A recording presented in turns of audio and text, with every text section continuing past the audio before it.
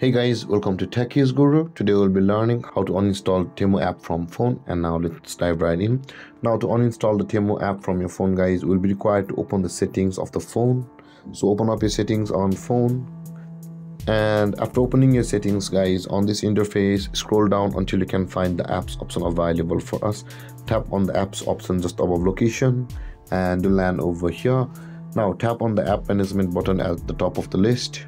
And when this page loads, guys, at the top of the screen you can see there's a search bar. Tap on the search bar and search for Temu over here and open up the Temu on this interface. And when you land over here, guys, at the right side of the first top option you can see there is the uninstall button available for us. In order to uninstall the Temu app from your phone, tap on uninstall button and this box will appear, and again tap on the OK button over here, and then the Temu app will be uninstalled from your phone.